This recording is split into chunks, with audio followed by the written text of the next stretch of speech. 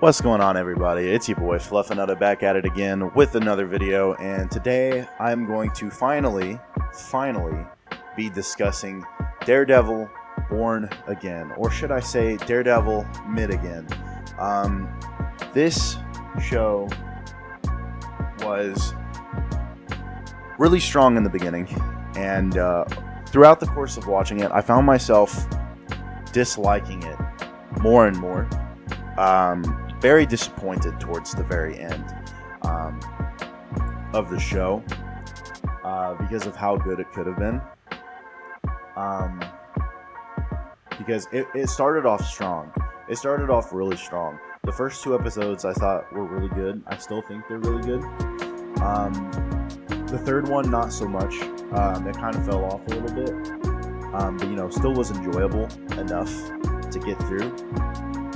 Fourth episode really didn't have a lot going for it until Punisher showed up. That was some of the best writing in the entire first season. That was peak, absolute peak. Then the next two episodes after that were super snooze fests. They were absolute dookie. I found myself not enjoying those a lot, and I was supposed to do, if you remember, I said that I was going to start doing it as it was coming out, and I found myself not enjoying it to the point that I didn't want to cover it at all. And I was like, you know what, I'm just gonna not. I could have done an update telling you guys that, but I think if you watched the show, you kind of understood kind of why I just wasn't touching it until now. I figured it was disingenuous to not actually say something about it, because I think there still is potential for the show, but I think that how it got there was not worth watching and covering throughout when it was releasing. Looking back on it, there are a lot of cool moments in the show, but a lot of it just fell short. It was so underutilized to its full potential. They tried to save something that they thought had potential from the original version of the show, because this show originally had a completely different take to it, vibe. It was more woke. It was all that stuff, and I don't care about all that. I just want it to be good, and unfortunately, this show was not that. It was kind of like the Spider-Man show, where it tried to do certain things, but it did not hit the landing on anything that it tried to do, unless it came to the Punisher. Like, the Punisher was so locked in. Like, anytime Jon Bernthal, that's just Jon Bernthal in general, anytime this motherfucker is on screen, he's an absolute fucking unit. He's an absolute fucking joy to watch, because he's so invested. I mean, same with Charlie Cox. And Charlie Cox and Vincent D'Onofrio, I want to stress, do the best they can with what they have. And unfortunately, what they have is a whole bunch of mid. Like, I can understand why Charlie Cox goes on to say that episode 5 is one of his least favorite ones, and I believe that's the bank episode. And I agree. That episode was so ass. It was so out of pocket. It was so useless to the rest of the story. It gets brought up the next episode, but like it doesn't have any other underlying like fucking thing to it. It was so. It was basically just an advertisement for fucking Miss Marvel. And I'm going to be honest, I don't care for that character. That character is mid. It's mid Marvel, okay? Because all it was him following around her dad, and he has to remind you every 5 minutes, oh, by the way, Kamala's my daughter. Kamala's my daughter. No shit. We get it. Say it once, move on. Who gives a fuck? I don't give a fuck about Miss Marvel. That's not going to make me like her more. Oh, her dad's pretty cool. Maybe I should watch the show. No. This is a Daredevil show. Have him bring it up once, and then that's it. And don't even get me started on the fucking other characters that are in here. The characters, besides the main core ones from the first show, are so fucking unlikable. I didn't find myself enjoying a single character that they brought in and introduced. Cherry was so unbelievably mid. I don't even remember the fucking lawyer's name that he works with. I didn't find myself liking the girlfriend at all. She was so unlikable. Absolutely uninteresting. And did nothing but kind of whine to him about fucking superheroes. for the most part, or masks or whatever. Muse, so underutilized, should have actually been way more likable than he was. He was barely even fucking in it. He was supposed to be the big draw to the show, but he's nowhere to be found. The fucking people from Fisk's side were so unbelievably tiresome and boring, and he should have been fucking interesting as fuck. It was so unbelievably boring. It was boring to watch anything with Fisk. Unless Fisk was directly on screen, I didn't give a fuck about the dude that was becoming his understudy. It was so boring. You barely learn anything about their fucking stories. You don't get time to... You don't. I think the real problem is what the first show did proper is actually allow you to spend time with these characters, get to understand them, get to know them. We don't spend time getting to know anybody. We don't get time to understand what Fisk is doing. We just kind of focus on the character, and they do shit, and then we leave. That's not how the original show worked.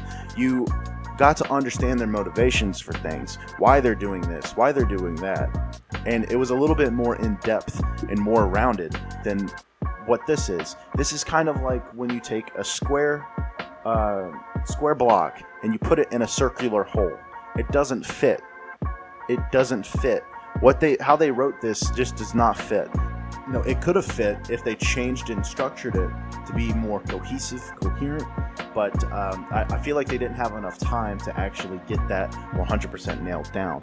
However, the ideas in this were not that bad, which is why I'm saying that this show is mid as a whole, because there's a lot of cool moments, there's a lot of cool ideas that they work with here, but it all falls flat. It doesn't feel like it's to par with what it should be, or what it should have been. And compared to the other show knocks it out of the park every time when it comes to the story, the character development. There is literally no character development for Matt at all in this. You kind of just see him depressed about Foggy, and then doesn't want to be Daredevil. He spends the entire show not being Daredevil, by the way. He spends the entire show being Matt. You only get like 3 moments of him actually in the fucking suit, or actually kicking ass. And majority of it, he's not in the suit. Hopefully season 2, we get actually more Daredevil in the Daredevil show. Like, don't get me wrong, I love Matt. I like the character, but it's all about Daredevil. Matt is Daredevil, and I just don't think that it's up to par with what it should have been. Same with Bullseye. Bullseye was actually interesting in this. They had him in the beginning, and they had him in the last few episodes. Was he in the very last episode? I don't think so. I don't remember if he was or not. See, it's been so long since I've watched it, I don't even want to rewatch it. I was so into it and rewatching every episode up until I couldn't stand it anymore. And he uses a similar rifle to take out fucking Foggy in the beginning. And then when you get to the episode that he comes back and escapes, he just randomly fucking, like, they have him tied up and his arms locked in all the entire time. But he's in some, like, fucking medical room and his arms are free. But whatever they're doing and having him there for, they don't need to unlock his hands. So it's so stupid the way he fucking escapes. Because he's just allowed to fucking not have his thing in, like, his hands locked in. Made no fucking sense. And then he just walks out, even though people know his face. He's a well-known criminal, but he's just allowed to walk out with a fucking baseball cap. Nobody realizes that's fucking Bullseye. Bullshit. I call bullshit. His trial was the fucking one of the biggest things that happened in New York. And you're just gonna expect us to believe, oh yeah, you know what, that makes sense. He's just allowed to walk free. Brother. They made this show realistic until it wasn't. That nobody gets away with that shit. Ain't happening. I'm sorry. And then you're gonna tell me the best marksman in the fucking world is gonna shoot a shot. It doesn't fucking hit his target? That's bullshit. Even if it hits Matt, it's gonna go through and fucking hit Fisk. There ain't no way you're telling me that fucking Bullseye misses. Ain't happening. That's his fucking superpower, dog. He doesn't miss. The whole point of Bullseye is that he doesn't miss. So unbelievably mid. And if he does, he's taking another goddamn shot. He's not just gonna sit there and be like, oh, holy shit, I killed my arch nemesis. Well, the fist gets to run free. No. So unbelievably stupid. He can easily reload that shit and fucking shoot again. So dumb. It's so dumb. And that's what's crazy about it, is that it had a lot of smart moments. It had a lot of smart things going for it. But whoever wrote this shit is so unbelievably mid. And then everybody's just gaslighting Matt into fucking telling him who he is when we don't even know who they are. It's like, okay, buddy. Like, who the fuck are you? You're a nobody. The fuck? Just randomly shitting on Matt. Like, this entire thing felt like a Matt humiliation ritual. It like the entire time he gets shit on by all these characters that we don't even fucking know, making us care about them even less. If you want us to care about the character, how about you treat Matt with a little bit of fucking respect there, dog? Like, you're just shitting on the main character, the best character in the entire show, in fact, and the absolute fucking peak of it all is that by the end of the fucking season, we get what we wanted originally. We wanted Karen, we wanted Frank, we wanted fucking Foggy. We don't get Foggy, unfortunately, but we get the moments with Karen and Matt that we wanted the entire fucking season, where they get the closure of actually finally talking about Foggy and working together again, because that shit was actually good. That shit was peak. The only good episodes, I would say, out of the entire series were episodes 1, 2. I'll give 2 the benefit of the doubt, because the whole White Tiger thing, I mean, maybe 3. 3 was okay. And the last episode. Now, I can't say the one with... Actually, the scene with Punisher was good too. So, if I had to rank them, episode 1 was... dropped down to me to about a 70%. Episode 2 dropped down from a 90 whatever to a solid 65%. Episode 3 solid 60. Episode 4 solid 55. As for the episode of the whole thing, excuse me, as a whole. And the specific scene with Matt and Punisher, I would give that a solid 99%, because that scene was the best scene in the entire fucking series, hands down. Only thing coming close is when Matt and Karen are in the very end and are actually doing proper shit and actually talking about Foggy. I liked that. I enjoyed that a lot. That's a solid fucking like 95 for me. It just doesn't beat the Punisher. Oh, that was so peak. Now, I'm missing stuff, bits and pieces, but, you know, I haven't seen the show in a hot minute. But, you know, if you've seen the show, you know I'm right. Hopefully. And if you don't agree with me, that's fine. I don't care. These are just my opinions on the show. I'm finally getting it out in the open. And it's been a while since I've done one of these reviews. And I'm gonna continue to do them. I'm gonna get back on track. I'm gonna lock in. I need a little bit of break of watching Marvel, because that shit pissed me off, dude. it pissed me off. Let's see. Episode 5 was unbelievably dog shit. I would put that at a solid 30% unwatchable. I would skip that episode in a heartbeat every single time. Episode 6, I kind of felt the same way. Muse was so underutilized. Oh, let me talk about Muse for a little bit.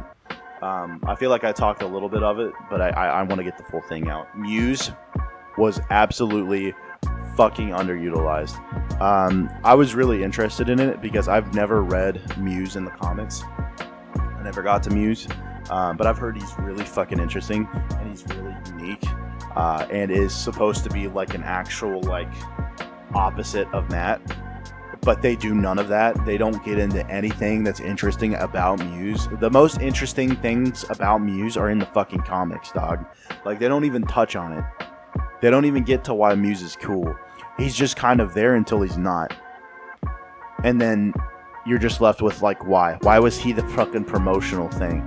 Like, if he was supposed to be this series' Bullseye, he was so underutilized. I would feel so bad for that actor because it was just pointless to even cast him. It was pointless. He was pointless to even be in the show. He was so underutilized. There's nothing cool about him. You don't get to spend any time with him like you do Bullseye. You don't get to understand his motivations. He's just there. He gets that one moment with the fucking therapist, and then he fucking doesn't even kill her. He dies. He dies, dog. She kills him. Which is just, I don't even want to get into why that's so unbelievably mid, but it is. And it pissed me off. It pissed me off because I was actually interested in Muse. Like, the one other thing besides, you know, the fact that they killed Foggy that I was actually interested in, they just get rid of. They just fucking throw it out of the fucking window. Bye, gone, sayonara. And then fucking Matt just somehow knows where fucking Muse's lair is. Don't give me that bullshit. Don't give me that bullshit. Ain't no fucking way. He knows the exact fucking location where Muse's fucking hideout is. To save that one chick that fucking just did nothing but berate him. And she's supposed to grow up to be the white tiger. Whoop-de-fucking-do. I liked the original dude better. Now I understand that dude passed away. But that dude was fucking... That dude had aura. She does not have aura. She's not gonna... I dislike her character. 100%. I disliked her character. Fucking so piss poor. It was so bad. Now Karen, they know how to fucking write Karen. They know how to write Karen. They know how to write Matt. They know how to write fucking Punisher and Kingpin. And the whole thing with Kingpin being separated from his wife was actually pretty interesting. But they don't go into why they separated. They just are. And they just expect you to be like, oh, okay, that seems pretty reasonable. The way they want you to watch this show and make it make sense is to shut your brain off and just accept what they throw in front of you. Like slop. Like, here, little piggy, have this slop. Thank you, Father. Thank you for feeding me. Father Feige, thank you for this slop that you fed me yet again. It's exactly how they want you to fucking be and accept this shit. But, however, they ended it strong. So I think episode 6 was down there at like a solid 35%. I think it's a little bit better than episode 5, but still unbelievably mid. Episode 7, I could fucking care less. I don't even remember it, to be honest.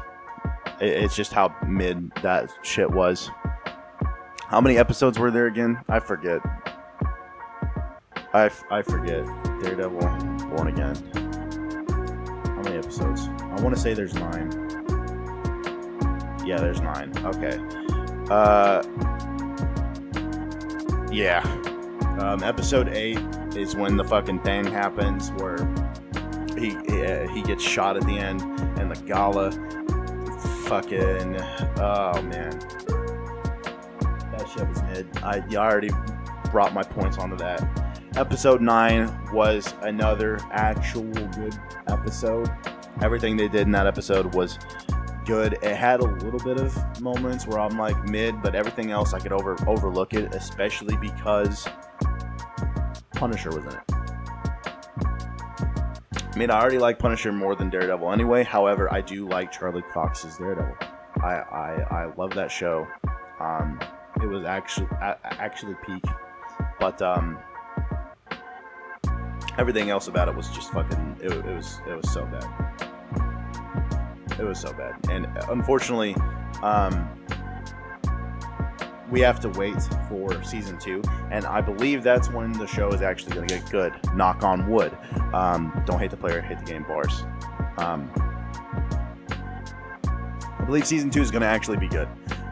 He's actually getting the double D's pause on his chest, and he's going to look like comic book accurate Daredevil from a specific run where he takes over the Hand. So the Hand's supposed to be coming back. That's all super interesting. Bullseye, super interesting with what they're setting up for season 2. Karen's officially coming back, and there's potentially rumors that Foggy isn't actually dead and he faked his death, which is what happens in the comics. Now, that's all very cool. They just need to lock in next season and actually make it enjoyable. Otherwise, I'm not going to watch it. And I might potentially not cover it like I did this first season. I might just wait a little bit on it and then fully think and reflect upon my thoughts, and then just haphazardly shove it out randomly after it's already been released. So, that being said, that's going to do it for me. Let me know what other shows or movies you guys would like me to cover. I will be doing an Invincible review. I'm going to be starting Invincible and starting to do that. I've heard a lot of good things about it, and I'm excited, especially since it gets my mind off the fucking mid that is Marvel. That'll do it for me. Deuces, everybody. Bye-bye.